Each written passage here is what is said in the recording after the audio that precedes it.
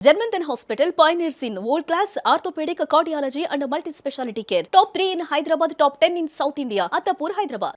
నమస్తే, welcome to Suman TV. So ఇటీవల కాలంలో బ్రెయిన్ స్ట్రోక్ కూడా ఎక్కువగా పెరిగిపోతూ వస్తుంది. అది కూడా యువతలో ఎక్కువగా చూస్తున్నాం. సో దీనికి అసలు మెయిన్ రీజన్స్ ఏంటి, ఈ న్యూరోలాజికల్ ప్రాబ్లమ్స్ పైన ప్రతి ఒక్కరు కూడా అవగాహన కలిగి ఉండటం ఎంతో అవసరం. కాబట్టి ఇవాళ ఆ అవగాహన కల్పించేందుకు మనతో పాటు ఉన్నారు జర్మంటన్ హాస్పిటల్స్ నుంచి న్యూరో ఫిజిషియన్ డాక్టర్ ప్రియాంక సంఘాని గారు.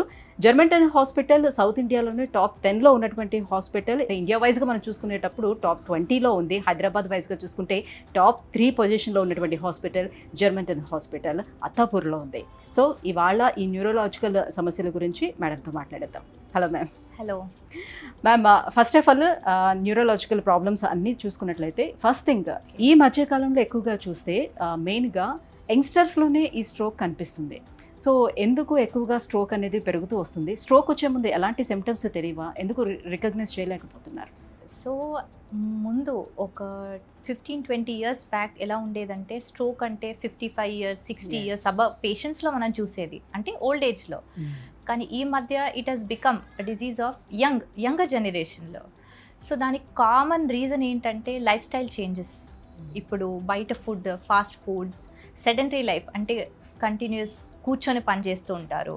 యాక్టివిటీ, ఫిజికల్ యాక్టివిటీ తగ్గితే, ఎక్సర్సైజ్ లేకుంటే, apart from that smoking, alcohol, ఇవన్నీ ఏవైతే లైఫ్ స్టైల్ చేంజెస్ అయ్యాయి ఈ మధ్య యంగర్ జనరేషన్లో. దాంతోపాటు మనకి జెనెటిక్ ఫ్యాక్టర్స్ అవన్నీ కూడా ఇంపార్టెంటే. బట్ కామన్గా ఈ లైఫ్ స్టైల్ చేంజెస్, ఇంకా స్ట్రెస్, వర్క్ స్ట్రెస్, అంటే కంటిన్యూస్గా మనము ఇంకా చదువుతూ ఉండాలి, pressure from the student age నుంచి స్టార్ట్ అవుతుంది.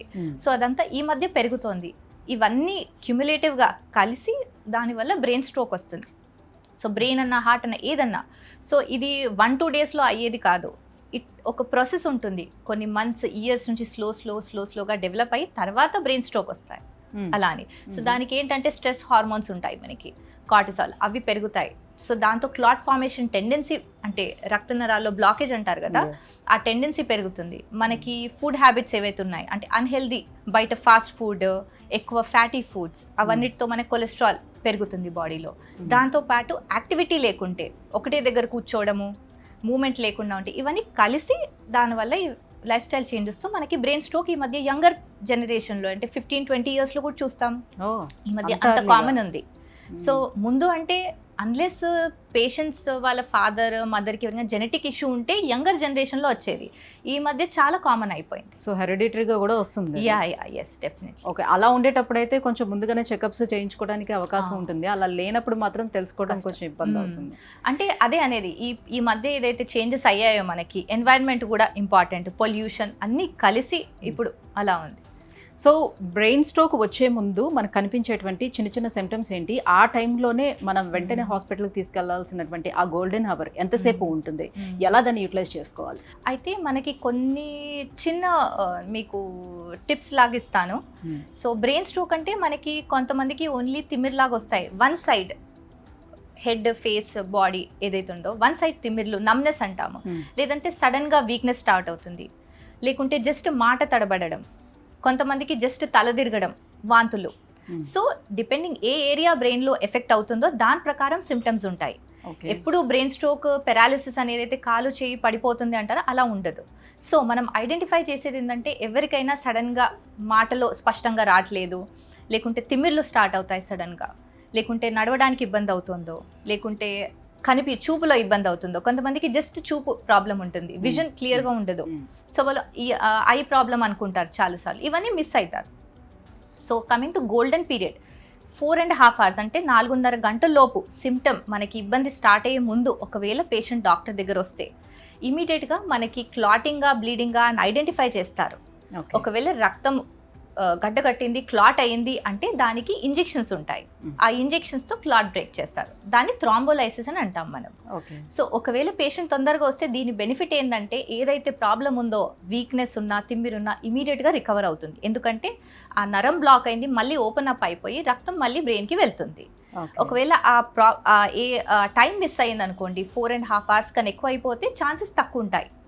సో పేషెంట్ని బట్టి ఉంటుంది అది. సో ఫస్ట్ ఐడెంటిఫై చేయాలి బ్రెయిన్ స్ట్రోక్ క్లాట్ వల్ల అంటే. సో దాని ట్రీట్మెంట్ థ్రాంబోలైసిస్. ఇంకా దాని తర్వాత వేరేవి కూడా ఉంటాయి, బట్ కామన్గా మనం గోల్డెన్ పీరియడ్ థ్రాంబోలైసిస్కి యూజ్ చేస్తాం. సో ఒకసారి స్ట్రోక్ వచ్చి కోమాలోకి వెళ్ళారు అని అంటే మళ్ళీ తిరిగి బతికే ఛాన్స్ అసలు ఉంటుందా ఉండదా అంటారు? హోప్స్ వదులుకోవచ్చు అలా అంటే స్ట్రోక్ వచ్చి ఇప్పుడు కోమాలో ఉన్నారంటే దానికి 2-3 కారణాలు ఉంటాయి. మన చిన్న మెదడులో ఎప్పుడైతే బ్రెయిన్ స్ట్రోక్ వస్తుందో అప్పుడు కోమాలో వెళ్ళే ఛాన్స్ ఉంటుంది, కానీ అందరికీ రికవరీ కాదు అని అలా లేదు. మనం ఎంత తొందరగా వస్తాం డాక్టర్ దగ్గర, ఎంత తొందరగా ట్రీట్మెంట్ చేసుకుంటాం, దాని ప్రకారం మనకి బ్రెయిన్ టిష్యూ ఏదైతుందో చాలా ఇంపార్టెంట్. మన నరాలు ఏంటంటే కొన్ని seconds or maximum 2 to 3 minutes అనుకోండి బ్లడ్ ఫ్లో తగ్గితే పర్మనెంట్ డ్యామేజ్ అవుతుంది. అది కాకుండా చూసుకుంటే ఎర్లీ ట్రీట్మెంట్ తీసుకుంటే అందరికీ ఇబ్బంది ఉండదు. ఒకవేళ చాలా పెద్ద క్లాటింగ్ ఉంది బ్రెయిన్లో, బ్లీడింగ్ చాలా పెద్దగా అయింది అంటే అప్పుడు కోమాలో ఉంటే అది డిఫికల్ట్ సిచ్యువేషన్. కానీ అందరికీ అలా ఉండదు, చాలామంది రికవర్ కూడా అవుతారు. బీపీ షుగర్స్ ఉండే వాళ్ళకి బ్రెయిన్ స్ట్రోక్ రిస్క్ ఎంతవరకు ఉంటుంది? అయితే బీపీ షుగర్ ఉండే వాళ్ళకి బ్రెయిన్ స్ట్రోక్ రిస్క్ ఉంటుంది, కానీ అది ఎప్పుడు పెరుగుతోందంటే ఇర్రెగ్యులర్ అంటే మనం మెడిసిన్స్ కరెక్ట్గా తీసుకోకుండా, షుగర్ లెవెల్స్ ఎక్కువ అవుతున్నాయి, మనం డైట్ కంట్రోల్ చేయకుండా. అందుకే physical activity daily 45 minutes walking compulsory అంటారు. మనకి షుగర్ డయాబెటిక్ పేషెంట్స్లో డైట్ ఫాలో చేయమంటే ఈ మధ్య మిల్లెట్స్, రాగి చాలా వస్తున్నాయి కదా, దే హెల్ప్ అ లాట్. ఇవన్నీ చూసుకుంటే ఒకవేళ డయాబెటీస్, హైపర్ టెన్షన్ పేషెంట్స్ ఉన్న వాళ్ళు, నార్మల్ పేషెంట్స్ ఉన్న రిస్క్ ఉంటుంది నార్మల్ కన్నా, కానీ అది పెరుగుతుంది ఎప్పుడు మనం కంట్రోల్ చేయకుంటే అలా అని. సో పెరాలసిస్ వచ్చింది అని అంటే మళ్ళీ తిరిగి నార్మల్ అవడం కష్టం అని అంటుంటారు, మాట పోయినా కూడా రావడం కష్టం అని అంటుంటారు. సో దానికి ఏమైనా ట్రీట్మెంట్తో పాటుగా థెరపీస్ తీసుకుంటే నార్మల్ అయ్యే ఛాన్స్ ఎంతవరకు ఉంటుంది? అదే అయితే ఇప్పుడు పెరాలసిస్ వల్ల మనకి కాలు చేయి ఇబ్బంది అయింది, వీక్నెస్ ఉంది అంటే ఇమీడియట్గా మందులతో పాటు ఇంజెక్షన్స్తో పాటు ఫిజియోథెరపీ స్టార్ట్ చేస్తాము. సో చాలా మటుకి ఫిజియోథెరపీ చేశాక, అగ్రెసివ్ ఫిజియోథెరపీ అంటే 1 to 2 months, కొంతమంది 4-5 months చేశాక పూర్తిగా రికవర్ అయ్యే వాళ్ళు ఉంటారు. కొంతమందికి మేబీ ఒక 80% రికవర్ అవుతుంది అలా అని. సో మనకి ఫస్ట్ 3 to 4 months చాలా ఇంపార్టెంట్ పెరాలసిస్ వచ్చిన పేషెంట్స్లో, ఎందుకంటే అప్పుడు మనం తీసుకున్న జాగ్రత్తలు, షుగర్, బీపీ, మన డయట్, మెడిసిన్స్ అండ్ ఫిజియోథెరపీ, ఇవన్నిటితో ఇంప్రూవ్మెంట్ వస్తుంది. ఇంకోటి మాట ఏదైతే రికవరీ అవుతుందా అంటున్నారు కదా, దానికి స్పీచ్ థెరపీ అని ఉంటుంది. స్పీచ్ థెరపీ విత్ మ్యాక్సిమం మన ఇంటి వాళ్ళు ఎవరైతే ఉంటారో వాళ్ళ కోఆపరేషన్ చాలా ఇంపార్టెంట్ పేషెంట్కి, అట్లీస్ట్ మోటివేషన్ ఇవ్వడానికి. సో బ్రెయిన్ స్ట్రోక్ రికవరీ కోసం. సో బ్రెయిన్లోని ట్యూమర్స్ కూడా వస్తుంటాయని వింటుంటాం కదా, సో ఈ ట్యూమర్స్ని సర్జరీ చేయించుకున్న తర్వాత కూడా నార్మల్ లైఫ్ లీడ్ చేయడానికి ఎంతవరకు అవకాశం ఉంటుంది? అసలు ఏ కారణం చేత వస్తూ ఉంటాయి? అంటే బ్రెయిన్ ట్యూమర్స్ చాలా రకాలు ఉంటాయి. కొన్నిటికి బెనైన్ అంటే నాన్ క్యాన్సరస్ అంటారు, కొన్ని ట్యూమర్స్ అంటే క్యాన్సర్ ట్యూమర్స్ ఉంటాయి. కొన్ని ఒకసారి తీసాక ట్యూమర్స్ లైక్ మెనింజోమా అంటారు కామన్గా, అవన్నీ తీసాక మళ్ళీ రావు మ్యాక్సిమం, దాంతో ఇబ్బంది కూడా ఉండదు. అది ఎంత పెద్దగా ఉంది సైజు, దానివల్ల ఏమన్నా బ్రెయిన్లో నరాలు ప్రెస్ అవుతున్నాయా, దాంతో పేషెంట్కి సిమ్టమ్స్ ఉంటాయి. ఇంకోటి నార్మల్ లైఫ్ స్పాన్తో మనకు సంబంధం లేదు. ఒకవేళ నాన్ క్యాన్సరస్ ఉందనుకోండి, సో నార్మల్ లైఫ్ స్పాన్ ఉంటుంది. ఒకవేళ క్యాన్సర్ ట్యూమర్ ఉంది, అది ఎంత సివియర్ ఉంది, ఏ గ్రేడ్లో ఉంది, దాని ప్రకారం మనం ఐడెంటిఫై చేసి అప్పుడు లైఫ్ ఎక్స్పెక్టెన్సీ ఇస్తారు. లేదంటే అన్ని ట్యూమర్స్కి లైఫ్ ఎక్స్పెక్టెన్సీ తక్కువ ఉంటుంది అంటే కాదు. Coming to fits, so fits అనేది కూడా చిన్నపిల్లల్లోనే ఎక్కువగా చూస్తామా, పెద్ద అయిన తర్వాత అంటే మధ్యలోంచి కూడా రావడానికి ఛాన్స్ ఉంటుందా? సో అలా వస్తే ఒకవేళ ఏ రీజన్స్తో రావచ్చు? అయితే ఫిట్స్ అంటే నార్మల్గా సీజర్స్ అని అంటాం మెడికల్ టర్మ్లో. చిన్న పిల్లల్లో అంటే కామన్గా 6 months నుంచి 6 years ఏజ్ మధ్యలో వచ్చేది ఫెబ్రైల్ సీజర్స్ అంటాం, అంటే జ్వరంలో వచ్చేటివి. అది 6 years లోపు తగ్గిపోతుంది. ఎప్పుడైనా జ్వరం వస్తే బేబీస్కి ఆ టైంలో ఫిట్స్ వస్తాయి, దెన్ ఇట్ విల్ రికవర్. తర్వాత ఫ్యూచర్లో చాలా తక్కువ ఛాన్స్ ఉంటుంది. ఇప్పుడు నెక్స్ట్ 10 to 20 years ఏజ్ గ్రూప్లో అంటే జెనెటిక్ ఒకటి ఉంటుంది. దాని తప్ప మనకి ఎప్పుడన్నా తలకి దెబ్బ తగిలితే, ఇంజురీ సివియర్గా అయ్యిందనుకోండి, హెడ్ ఇంజురీస్, బ్లీడింగ్ అయినా బ్రెయిన్లో, ఆ టైంలో ఫిట్స్ వస్తాయి. సో అలాంటి వాళ్ళకి మందులు ఒక 2 years 5 years అలా ఇస్తాం. కానీ ఒకవేళ చిన్నప్పటి నుంచే ఫిట్స్ వస్తున్నాయి, మనకి ఆక్సిజన్ అందలేదు, బేబీ పుట్టాక, పిల్లలు పుట్టాక ఆక్సిజన్ అందకుంటే బ్రెయిన్ డ్యామేజ్ అవుతుంది. డెలివరీ, పోస్ట్ డెలివరీ, అందుకే బేబీ క్రై ఇంపార్టెంట్ అంటారు కదా, ఏడవాలి. ఏడవలేదంటే మనకి ఆక్సిజన్ అందదు, అప్పుడు ఫిట్స్ వచ్చే ఛాన్స్ చాలా ఉంటుంది. వాళ్ళకి లైఫ్ లాంగ్ ఉంటుంది, ఎందుకంటే వాళ్ళకి డెవలప్మెంట్ కూడా స్లో ఉంటుంది. సో ఏజ్ ప్రకారం చూస్తే కొన్ని ఫిట్స్ నార్మల్గా 2 years వరకు ట్రీట్మెంట్ ఇచ్చి, అలాంటి టైంలోనే ఆటిజం లాంటిది డెవలప్ అయ్యే ఛాన్సెస్ వాళ్ళలో కనిపిస్తుందా ఆ పిల్లల్లో? అలా కూడా ఉండొచ్చు. ఆటిజంతో పాటు ఫిట్స్ ఉంటాయి, కానీ అందరి ఫిట్స్ పేషెంట్స్లో ఆటిజం ఉండదు. ఓకే. సో ఆటిజం అంటే different kind of neuro disorder. అంటే దానికి స్పెసిఫిక్గా వీళ్ళకే వస్తుంది, వీళ్ళు రిస్క్ ఫ్యాక్టర్స్ అని కాదు, కానీ కొన్ని మెటర్నల్ ఏజ్ అవన్నీ ఉంటాయి. ఇప్పుడు ఈ మధ్య ఉంది హయ్యర్ మెటర్నల్ ఏజ్ అంటే ఆటిజం ఎక్కువ ఉంటుంది ఆ బేబీస్లో అంటారు. సో ఎస్, బట్ కంబైన్డ్ ఉంటుంది ఫిట్స్తో చాలా మందికి. సో అలానే ఫిట్స్ ఉండేటప్పుడు మెయిన్గా అమ్మాయిల్లో ఆడపిల్లల్లోని ఫిట్స్ కనుక ఉంటే వాళ్ళకి చాలా భయాలు ఉంటాయి, పేరెంట్స్ కూడా చాలా భయాలు ఉంటాయి, యు నో దట్. సో అందరూ వచ్చి అడుగుతూ ఉండొచ్చు కూడా, వాళ్ళకి మ్యారేజ్ చెయ్యొచ్చా చేయకూడదా, మళ్ళీ పిల్లలకు కూడా వస్తుందా, ఈవెన్ డెలివరీ టైంలో ఏమైనా ఇష్యూస్ ఉంటాయా, ప్రెగ్నెన్సీ రిలేటెడ్ ఇష్యూస్ ఏమైనా వస్తాయా అని. సో ప్రెగ్నెన్సీతో ఉండేటప్పుడు కూడా వాళ్ళ ఆ ఫిట్స్కి సంబంధించినటువంటి మెడిసిన్స్ తీసుకోవచ్చా లేదా అని. ఓకే, అయితే ఇప్పుడు ఫీమేల్స్లో ఫిట్స్ ఉన్నాయనుకోండి, ఫస్ట్ థింగ్ మ్యారేజ్ అవన్నిటికీ ఏం ఇష్యూ ఉండదు. ఇంకోటి వాళ్ళ పిల్లల్లో వస్తుందా అంటే అలా ఏం లేదు. ఇంకోటి ప్రెగ్నెన్సీ టైంలో కూడా ఫిట్స్ మెడిసిన్స్ మేము ఇస్తాము, డెలివరీ అయ్యే వరకు కూడా ఇస్తాము. క్లోజ్ మానిటరింగ్ చేస్తూ ఉంటాము. స్కాన్స్ ఏవైతే చేస్తారో ఫస్ట్ 3 months మనకి డెవలప్మెంట్ ఉంటుంది బ్రెయిన్ది, బేబీస్ది. సో ఆ టైంలో కేర్ఫుల్ మానిటరింగ్ చేస్తూ ఫిట్స్ మెడిసిన్స్ ఇవ్వచ్చు, దాంతో ఏమీ ప్రాబ్లం ఉండదు. ఓకే, తర్వాత పోస్ట్ డెలివరీ కూడా ఫిట్స్ మెడిసిన్స్ కంటిన్యూ చేద్దాం, దాంతో ఇబ్బంది ఏమి ఉండదు. They can lead a normal life. మళ్ళీ వాళ్ళ నుంచి మళ్ళీ పిల్లలకి ఏమైనా వచ్చే ఛాన్స్ ఏమైనా ఉంటుందా? అది చాలా రేర్గా ఉంటుంది, అన్లెస్ జెనెటిక్ ప్రాబ్లం ఉంటేనే, లేదంటే మనం అనలేము బేబీస్కి వస్తుందని. అదే నేను అనేది, ఇప్పుడు ఒకవేళ పాప ఏడలేదు ఇమీడియట్లీ పుట్టాక, అప్పుడు ఆక్సిజన్ తగ్గితే ఆ రీజన్తో ఫిట్స్ వస్తాయి, కానీ మదర్కి ఉంది బేబీ కంటే తక్కువ ఛాన్సెస్ లేదు. ఓకే, సో ఫిట్స్ వచ్చేటప్పుడు జనరల్గా చేసేటువంటి మిస్టేక్స్ చూస్తే చాలామంది ఏదైనా ఇనుముకి సంబంధించినటువంటిది చేతిలో పెట్టాలి, లేకపోతే స్పూన్స్ అలాంటివి తీసుకెళ్ళి నోట్లో పెట్టడం, లేకపోతే వాటర్ తాగించడం లాంటివి చేస్తారు. సో యాక్చువల్లీ ఫిట్స్ వచ్చేటప్పుడు ఎలాంటి కేర్ తీసుకోవాలి దగ్గర ఉండేటువంటి పర్సన్స్? ఓకే, అయితే ఫిట్స్ వచ్చేప్పుడు ఫస్ట్ థింగ్ ఏం చేయాలంటే, పక్కన ఏమైనా వస్తువులు ఉన్నాయనుకోండి నియర్ బై, అవన్నీ దూరం చేయాలి. ఎనీథింగ్ ఆబ్జెక్ట్స్, దాంతో ఇంజురీ అవుతుంది. సో ఇంకోటి, పేషెంట్ ఎప్పుడైతే ఫిట్స్ వస్తారో పేషెంట్కి సైడ్లో పడుకోబెట్టాలి. సో దట్ జనరలీ ఫిట్స్ వచ్చినప్పుడు నురుగు వస్తుంది, సో అది లోపల లంగ్స్లో వెళ్ళి ఇన్ఫెక్షన్ రావద్దు అంటే ఫ్లాట్గా ఉండకుండా సైడ్కి టర్న్ అవ్వాలి. అండ్ చేతులు కాళ్ళు కొంచెం పట్టుకోవాలి. మన కీస్ అవన్నీ ఇస్తారు, అవన్నీ ఏం చేయకూడదు. ఇమీడియట్గా యాజ్ సూన్ యాజ్ పాసిబుల్ అప్పుడు హాస్పిటల్ తీసుకెళ్ళచ్చు. అలా నోట్లో ఏది కూడా మనము వస్తువు అలా పెట్టద్దు, అండ్ సైడ్ ట్విస్ట్ టర్న్ చేసి పెడితే బాడీని, దట్ ఈస్ ఈజీ. సో ఇలాంటి వాళ్ళు కంప్లీట్గా డ్రైవింగ్ అలాంటి వాటికి దూరంగా ఉండాల్సిన అవసరం ఉంటుందంటారు? అంటే డెఫినెట్లీ సీజర్ ఫిట్స్ వచ్చిన పేషెంట్స్లో స్విమ్మింగ్ అవన్నీ ఎవరికైతే చాలా ఎక్కువ వస్తుందో వాళ్ళకి ఇనీషియల్గా అయితే మేము స్విమ్మింగ్, డ్రైవింగ్ అవన్నీ అవాయిడ్ చేయమనే చెప్తాము స్టార్టింగ్ స్టేజ్లో.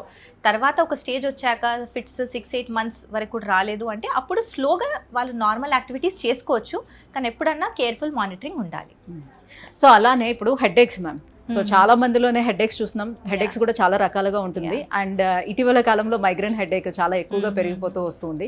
సో ఈ మైగ్రేన్ హెడ్ఏక్కి మెయిన్ రీజన్స్ ఏముంటాయి? దాన్ని తగ్గించుకోవడానికి వన్స్ స్టార్ట్ అయింది అని అంటే అసలు తగ్గడానికి సాధ్యం అవుతుందా? అయితే migraine headache common type of headache, almost చాలా పేషెంట్స్ వస్తూ ఉంటారు. సో దానికి ఏజ్ గ్రూప్ మనకి 15 to 25 years అనుకోండి, అప్ టు 30 years కూడా వెళ్తున్నాం. 30-35 ఏజ్లో అన్న రావచ్చు అనుకోండి. దానికి కొన్ని ట్రిగర్స్ అంటారు. ట్రిగర్స్ అంటే కారణాలు, దాంతో పెరుగుతుంది మైగ్రేన్. సో ఎప్పుడైతే మనం ఫాస్టింగ్ చేస్తాం, ఫుడ్ తినము, లేకుంటే టైం కొంచెం డిలే అయినా, ఆర్ స్లీప్ మనకి నిద్ర సరిగ్గా లేకున్నా, నైట్ లేట్ పడుకున్నారు, ఆర్ కంప్లీట్ ఈ సన్లైట్ ఎక్స్పోజర్ ఎక్కువ ఉన్నా, ఆర్ కొంతమందికి ఈవెన్ పర్ఫ్యూమ్ స్మెల్తో కూడా అవుతుంది. సో ఇవి ట్రిగర్ ఫ్యాక్టర్స్ అంటారు. అంటే మైగ్రేన్ హెడేక్ పేషెంట్స్లో వాళ్ళకి ఈజీగా తెలిసిపోతుంది, లాంగ్ జర్నీ చేశాక కూడా వస్తుంది హెడేక్. సో ఇవన్నీ అవాయిడ్ చేస్తే ఆ హెడేక్ తగ్గుతుంది. సో ట్రీట్మెంట్ మైగ్రేన్కి maximum medicines with avoiding the triggers ఏదైతే ఇప్పుడు చెప్పాను. సో పర్మనెంట్ క్యూర్ అంటే అది మ్యాక్సిమం మనం ఈ చేంజెస్ చేస్తే క్యూర్ అయిపోతుంది. ఒకవేళ మనకు కంటిన్యూస్ స్ట్రెస్ఫుల్ లైఫ్ స్టైల్ ఉంది, స్ట్రెస్ కూడా మైగ్రేన్ హెడేక్ని ట్రిగర్ చేస్తుంది. అయితే అది ఆల్వేస్ ఎప్పుడన్నా ఉంటుంది ఇక headache on and of.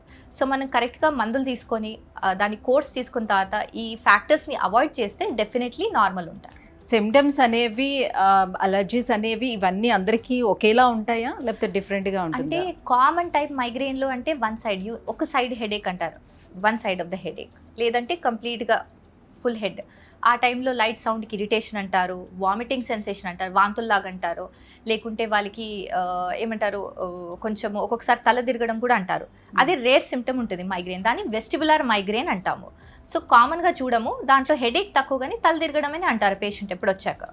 So అది మైగ్రేన్ మెడిసిన్స్తోనే తగ్గుతుంది. బట్ కామన్ అంటే వన్ సైడ్ హెడేక్, వామిటింగ్, చాలా కోపం రావడం, తొందరగా చికాకు పడ్డము, ఆ టైంలో ఫుడ్ తినకుండా ఉంటారు ఎందుకంటే వాళ్ళకి హెడేక్ సివియర్ ఉంటుంది. ఈ సిమ్టమ్స్ కామన్. సో మైగ్రేన్ హెడేక్ని సీరియస్గా తీసుకోవాల్సిన నెసిటీ ఎంతవరకు ఉంది? ఎందుకంటే కొంతమంది ఆ హెడేక్ని భరించలేక చచ్చిపోతామన్నంత వరకు కూడా వెళ్తూ ఉంటారు.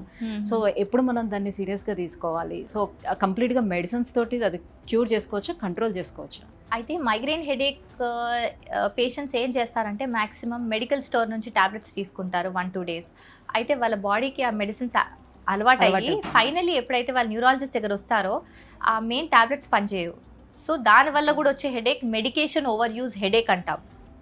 సో అప్పుడు అలాంటి పేషెంట్స్కి ఏంటంటే రెసిస్టెంట్, అంటే బాడీ తీసుకోదు ఏ టాబ్లెట్ ఇచ్చినా. సో ఆ టైంలో కొంచెం ఆలోచించి మేము టాబ్లెట్స్ డోజింగ్ లాంగ్ డ్యూరేషన్ ఇస్తాం ఎక్కువసేపు. కానీ ఒకవేళ కరెక్ట్గా ట్రీట్మెంట్ ఫాలో అవుతే సిమ్టమ్ ఫ్రీ ఉంటారు హెడేక్ లేకుండా అంత. కానీ ప్రాబ్లం ఎక్కడ వస్తుందంటే వీళ్ళు మ్యాక్సిమం ఫాలో అవ్వరు ట్రీట్మెంట్. అది బ్రేక్ చేస్తూ ఉంటే కష్టం అవుతుంది. సో కంటిన్యూగా తీసుకుంటే దాన్ని కంట్రోల్లో పెట్టుకోవచ్చు. డెఫినెట్లీ. సో మ్యామ్, డెమెన్షియా విషయానికి వస్తే ఎక్కువగా మనం పెద్దవాళ్ళల్లో చూస్తూ ఉంటాం. ముసలి వాళ్ళు అయిపోయిన తర్వాత డెమెన్షియా అనేది ఆటోమేటిక్గా వాళ్ళకి వస్తూ ఉంటుందని. బట్ ఇంకా ఎర్లీ స్టేజ్లోనే డెమెన్షియా వచ్చిందని అంటే దానికి రీజన్స్ ఏమి ఉండొచ్చండి? అయితే డిమెన్షియా అంటే నార్మల్ మన ఏజింగ్ ప్రాసెస్ ఏదైతే ఉంటుందో దానివల్ల వచ్చే మెమరీ లాస్ డిఫరెంట్. కానీ డిమెన్షియాలో మనకి నరాలు ఏవైతే ఉంటాయో అవి కొంచెము డ్యామేజ్ అవుతుంటాయి, చనిపోతాయి. దానివల్ల మనకి మెమరీ లాస్ స్టార్ట్ అవుతుంది, జ్ఞాపక శక్తి తగ్గుతుంది.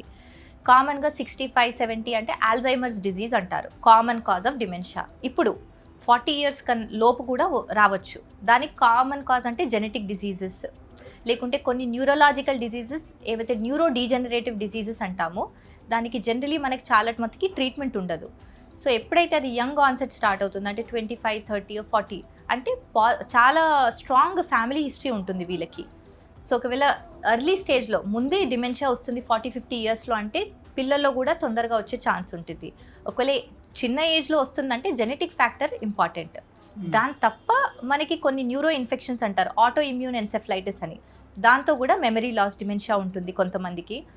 అండ్ దాని తప్ప హెడ్ ఇంజురీ, ఒకవేళ సివియర్గా తలకి దెబ్బ తగిలింది, దానివల్ల సర్జరీ అయ్యింది, మనకి మెమరీ జ్ఞాపక శక్తి ఉండే ఏరియా డ్యామేజ్ అయింది బ్రెయిన్లో అప్పుడు, సో అక్కడ సర్జరీ అయిందంటే కూడా కొంచెం డిమెన్షియా మెమరీ లాస్ ఉంటుంది.